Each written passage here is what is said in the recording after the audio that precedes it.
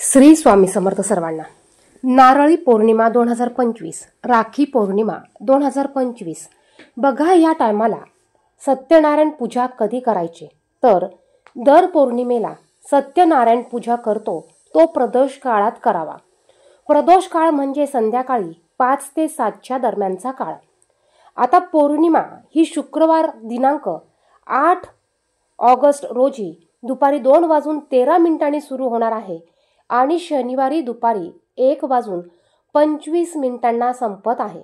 त्यामुळे श्री सत्यनारायण पूजा ही शुक्रवारी 8 ऑगस्टला तुम्ही प्रदोष काळात करायची आहे आणि पौर्णिमेचा उपवास हा तुम्हाला 9 ऑगस्ट शनिवार रोजी करायचा आहे।